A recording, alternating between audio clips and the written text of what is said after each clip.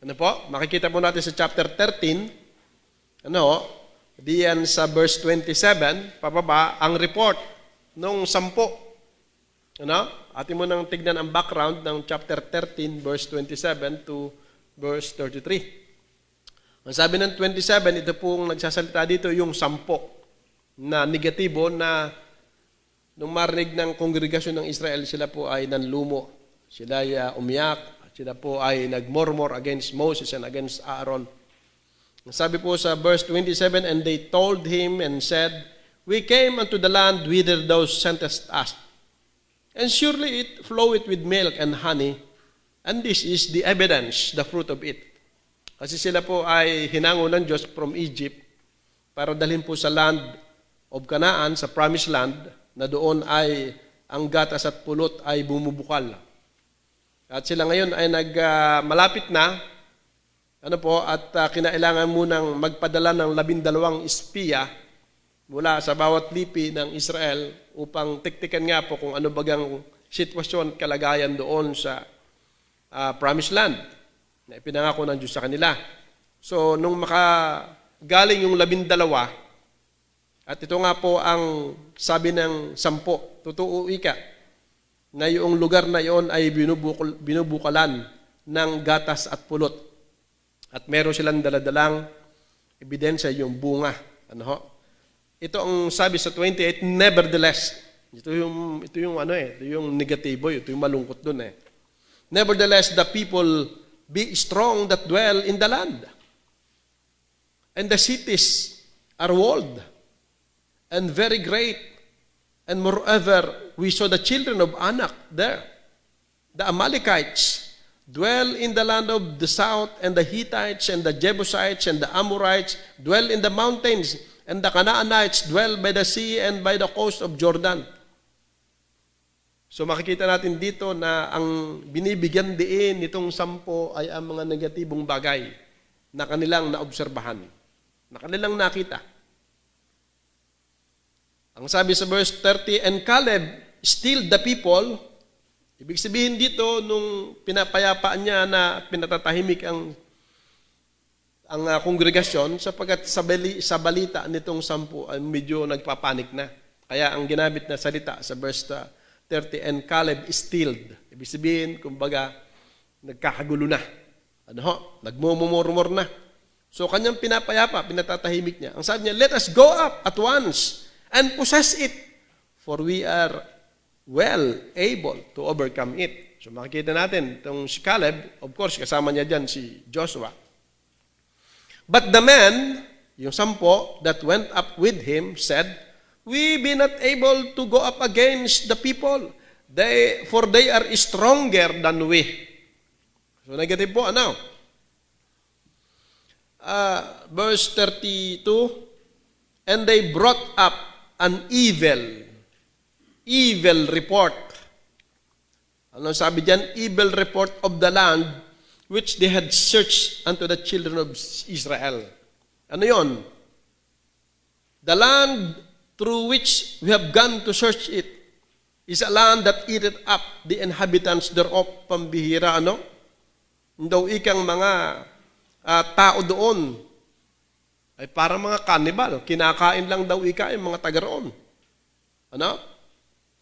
And all the people that we saw in it are men of great stature. Parang si Gulayat. Malalaki daw ika. And there we saw the giants. Yun na, binanggit na.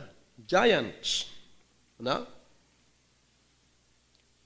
The sons of Anak, which come of the giants, and we were in our sight a grasshoppers, and so we were in their sight. Nanliit sila at ang tingin daw ika nila sa kanilang sarili sa paningin ng mga giant ay sila yung mga balang lamang. Mga grasshopper lamang. Balang. At yung mga anak ni Anak sa mga tigbalang, malaki yun giant, natakot sila. So, yun po mga kapatid, ang sitwasyon. Kaya ang sabi ng verse 1 ng chapter 14, And all the congregation lifted up their voice and cried. All the congregation lifted up their voice and cried. And the people wept that night. Nung gabing iyon, sila ay umiiyak. No? Cried and wept. Ano ha? And all the children of Israel murmured against Moses and against Aaron. Sila po ay ano ba sa Tagalog yung murmur? Nagbulong-bulong o nagsabi ng mga negatibo. Sabi sa Tagalog, inupasala. Ano ho? Sinalangsang marahil, ganun din, sinisi. Ang sabi diyan, and the whole congregation said unto them, would God that we had died in the land of Egypt. Mambira, no? Tindi ng attitude nitong mga Israelites na ito. Mas gusto pa ika nila ang mamatay na lang sila doon sa Egypt o doon sa ilang na kinaroroonan nila sa kasalukuyan. Ano? At pagkatapos, ang sabi diyan, and wherefore hath the Lord brought us unto this land to fall by the sword. So makikita natin dito na walang-wala na sa pananampalataya. Walang-walang zero balance ang kanilang pagtitiwala sa Diyos. Affected po sila noong balita na negatibo.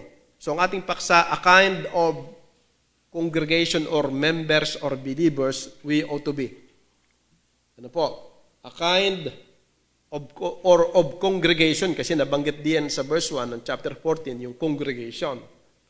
Napakapangit na kongregasyon. So alam naman natin na yung 10 at yung 12, mga members po yan.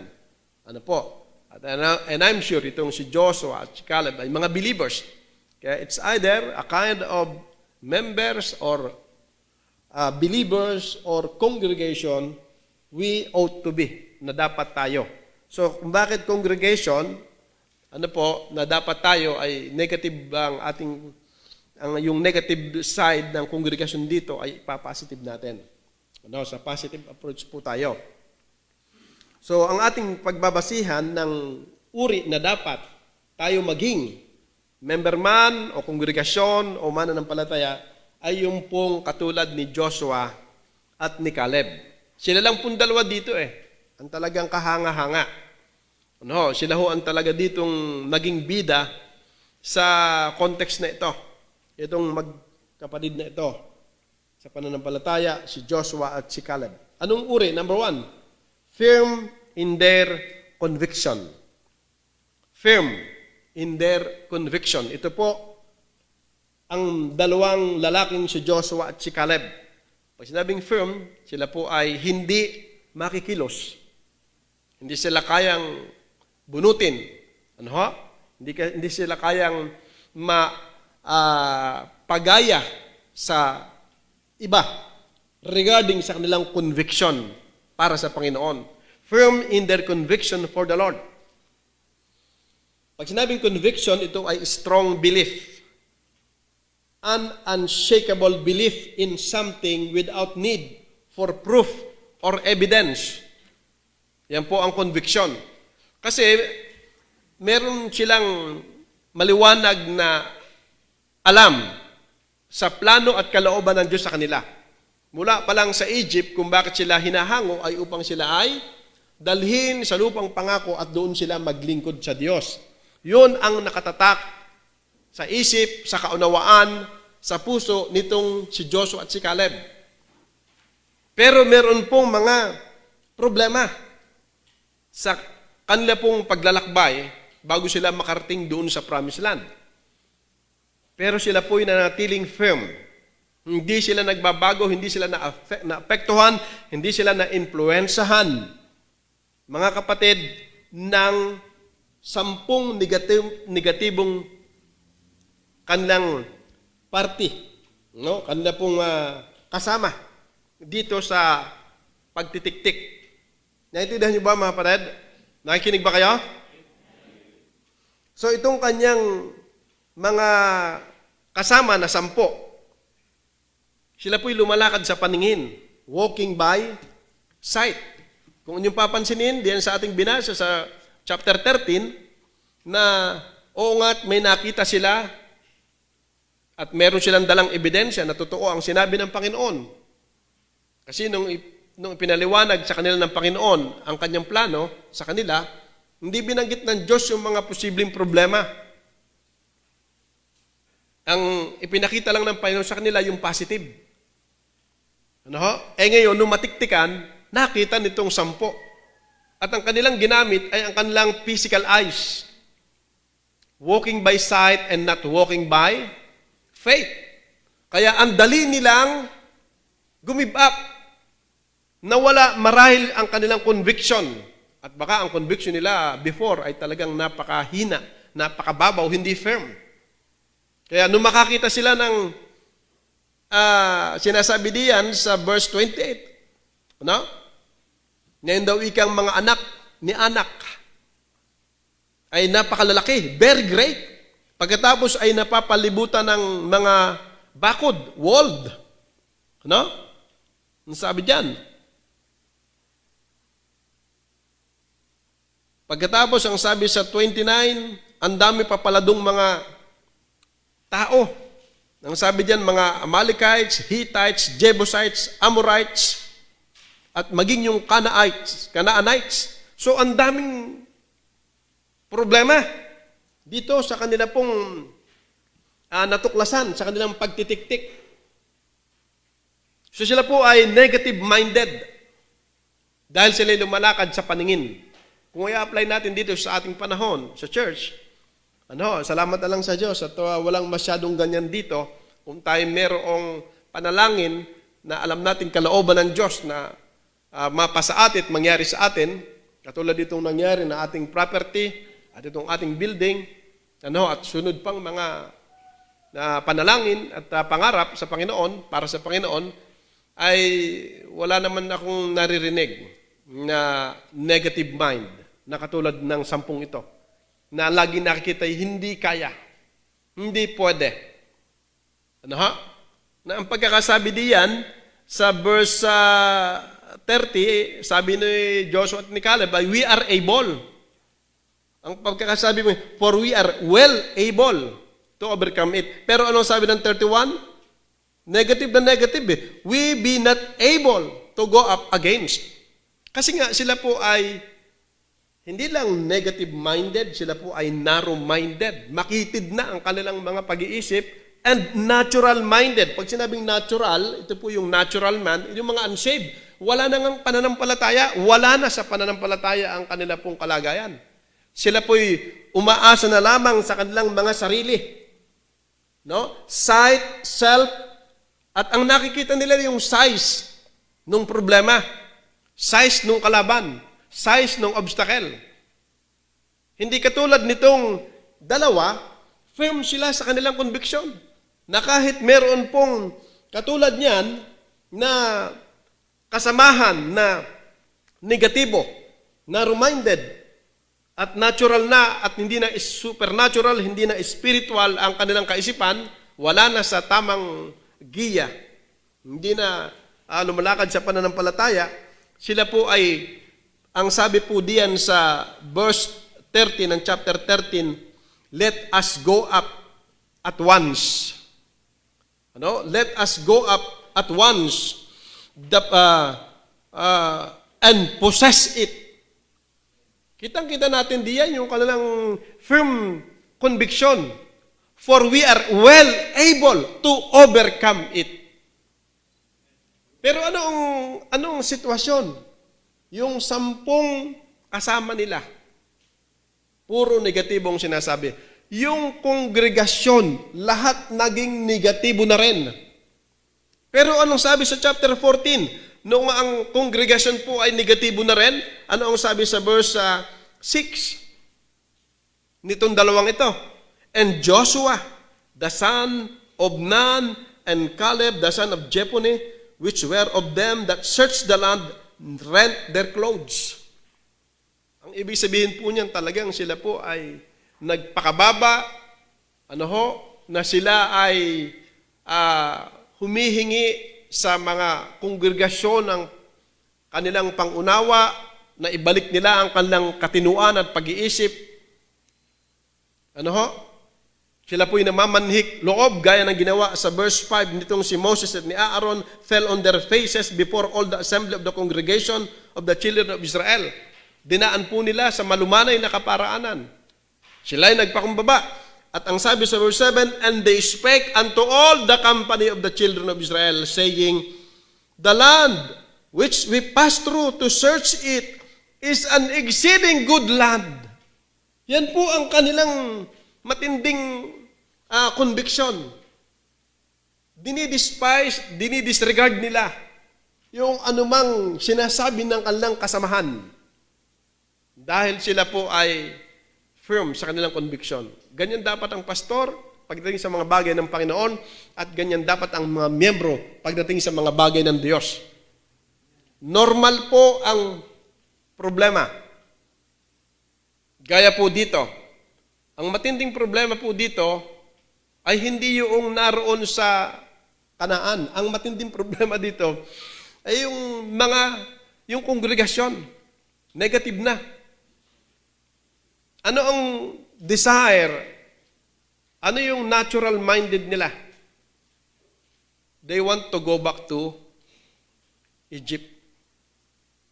Napakakikitid ang isip nila. Ang sabi nila, mamatay na lang kami dun sa Egypt o dito sa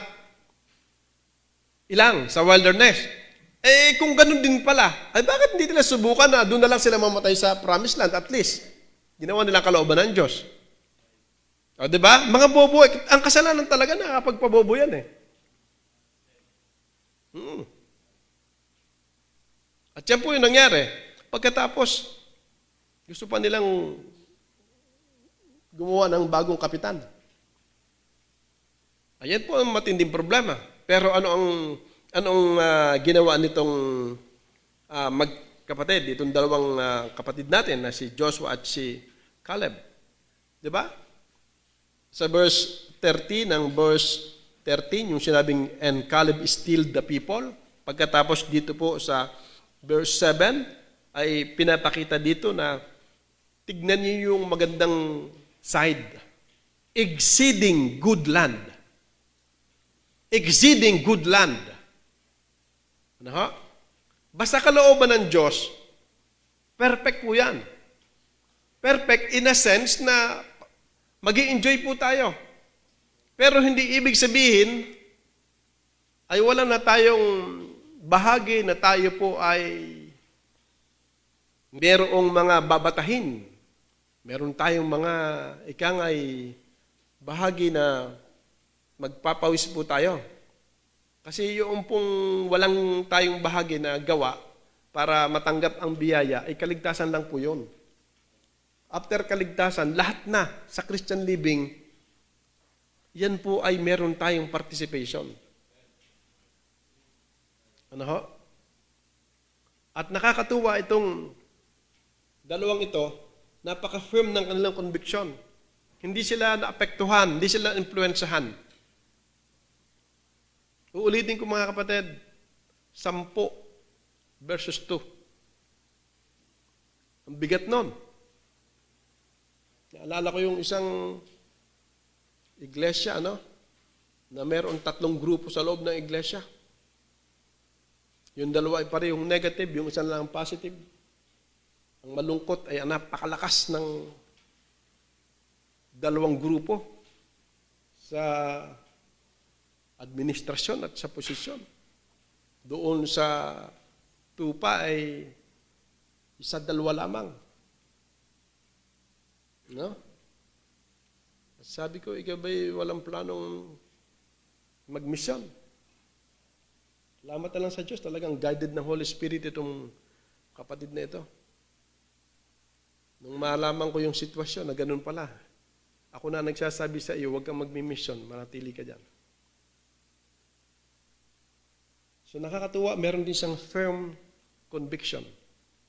Kahit na matindi na ang nangyayari, bias na, unfair na ang mga pangyayari, at masasakit na ang mga pangyayari, siya manatili sa kanyang totoong tamang doktrina at practice.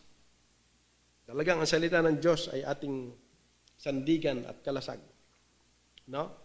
So ito pong 10 at kongregasyong ito ay controlled by fear, controlled by faithlessness, controlled by flesh, and controlled by their fellow na hindi naman maayos, lalo na yung 10. Yan na po yung kumukontrol. Kasi nga sila ay narrow-minded, negative, and hindi na po spiritual yung kanilang kaisipan. Samantalang sabi sa 2 Corinthians chapter 4, sa verse 18, ano sabi po doon? For we look not. Tignan natin para hindi tayo magkamali ng wordings. 2 Corinthians chapter 4, diyan sa verse 18. At the things, while we look not at the things which are sin, but the things which are not sin. Ano po? So, yung natural na tao, ang tinitignan nila, siyempre yung nakikita. Saan ka nga man nakakita na titignan mo yung hindi nakikita. That's natural. And that is for the unsaved or sa believer na hindi na spiritual at siya ay carnal na. Ano?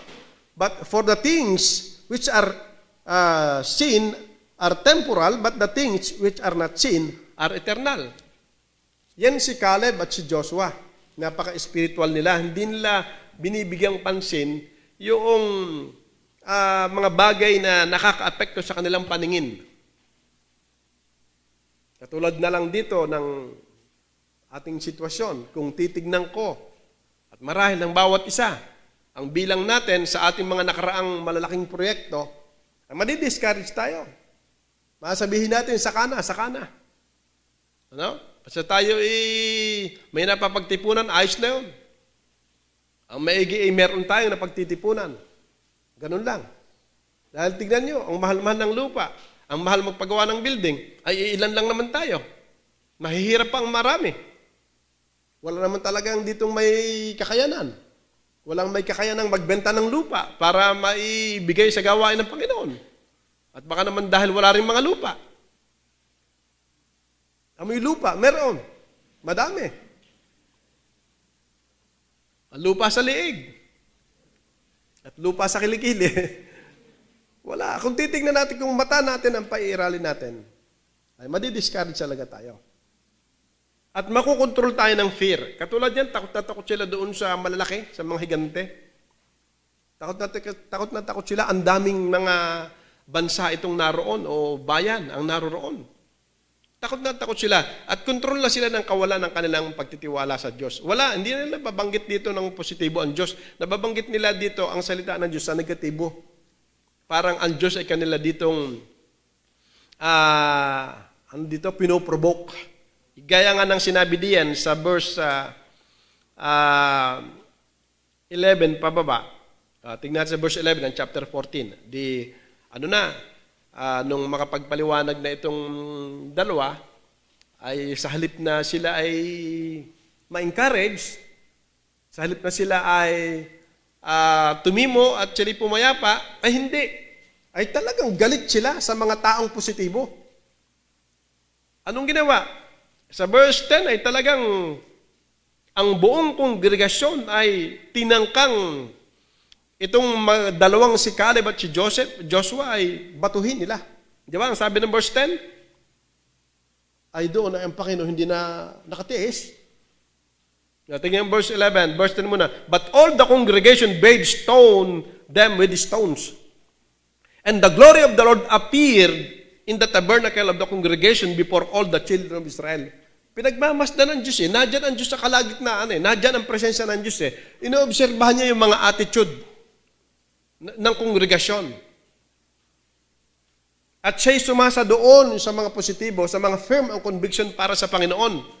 At hindi siya nakatiis. Bumaba ang kanyang kalulatiat. Ano sabi sa verse 11? And the Lord said unto Moses, Moses pa rin kasi siya ang leader. Hindi si Joseph, hindi si Joshua at si Caleb ang kinausap sapagkat sila yung mga member. Ano po? So yung leader nila ang kinausap. And the Lord said unto Moses, how long will these people provoke me? No? Ano ba sa Tagalog yung provoke? Yung siya ay ini-entice, yung siya ay tinutokso. No? At merong ganyang mga individual members, believers, and congregation na ang Diyos ay napoprovoke sa kanila pong mga pangit na attitude. Wala silang conviction para sa Panginoon. Zero balance sila. No? So ganun din po, pagka ang isang mananampalataya, lalo na yung mga baguhan, ay minsan hindi pa na-develop ang conviction para sa Panginoon. Wala pa silang plano para sa Panginoon. Ang maliwanag lang sa kanila ay sila ay alam nilang hindi na pupunta sa impyerno, pupunta sila sa langit, pero yung tinatawag na Christian growth, yung paglago nila sa pananampalataya, sa Kristiyanong pamumuhay, ay hindi pa ganoong gaya ng kay Joshua at kay Caleb, na meron kaagad silang firm conviction kahit na sino man ang oposisyon. Kahit man, alam mo, isa sa napakahirap na problema yung kasama mo.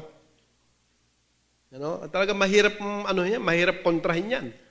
Mahirap kontrahin, isipin mo, 10 sila, tapos kasama mo. Tapos kayong dalawa.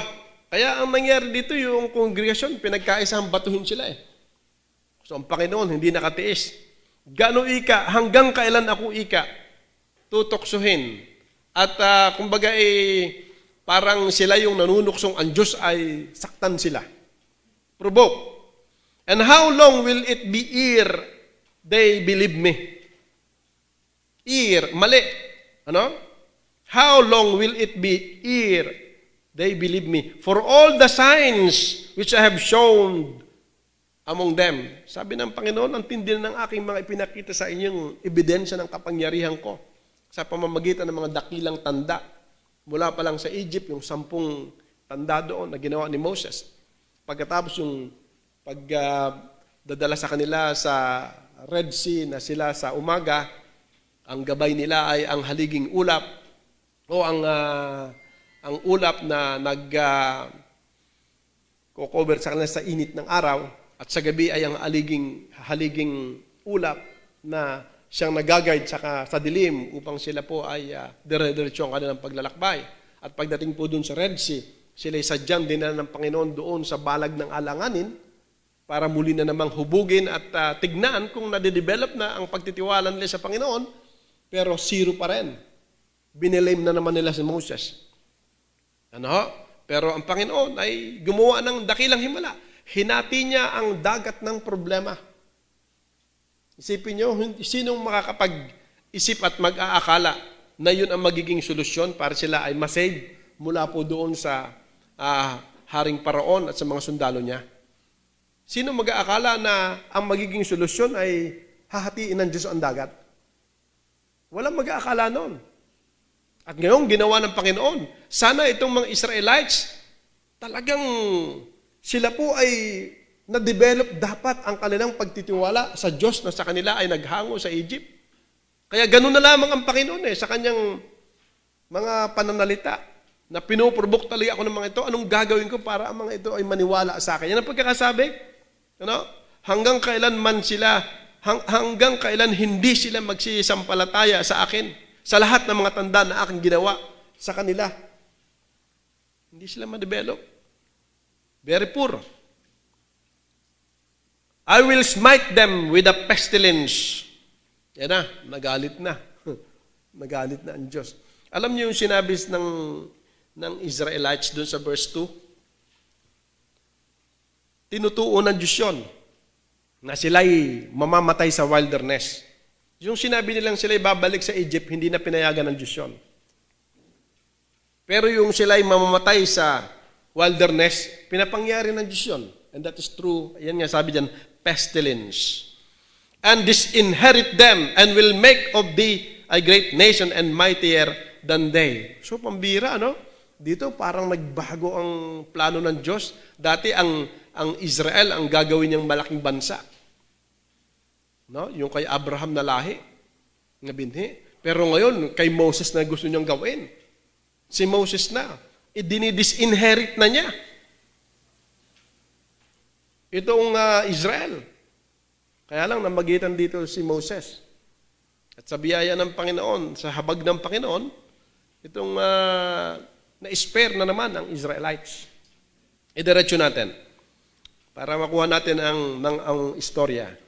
So verse 13, and Moses said unto the Lord, then the Egyptian shall hear it. Pag ginawa nyo yan, Panginoon, na pinatay nyo yung mga yan dito sa ilang, ng on the spot, pagkatapos ako naman, mula sa akin, gumawa kayo ng malaking bansa, ay maririnigin ng mga Egyptian.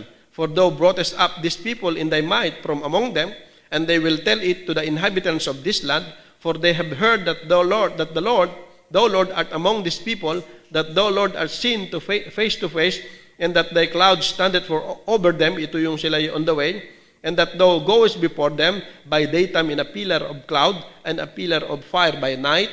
So ito po yung sinasabi ko kanina, now if thou shalt kill all these people as one man, yung one time, na on the spot, patay kayong lahat, then the nations which have heard the fame of thee will speak, saying, because the Lord was not able, yun na, mamahinain nila ang Diyos. Didespise nila ang Diyos, because the Lord was not able to bring these people into the land, which He sware unto them, therefore He hath slain them in the wilderness. Gayon pa man, pinatay pa rin sila ng Diyos diyan sa wilderness, kaya lang, hindi as a whole, yung 20 years old pataas lamang sa kongregasyon ng Israel, ang pinagpapatay ng Diyos through pestilence sa wilderness.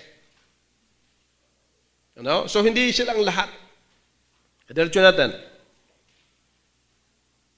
Because the Lord was not able to bring these people into the land which He swear unto them, therefore He hath slain them in the wilderness. And now I beseech thee, let the power of the Lord be great, according as thou hast spoken, saying, the Lord is long-suffering. Yan na yung pamamagitan ni ng leader sa Panginoon, na gustong-gusto na ng Panginoon na patayin itong mga matitigas ang ulong ito.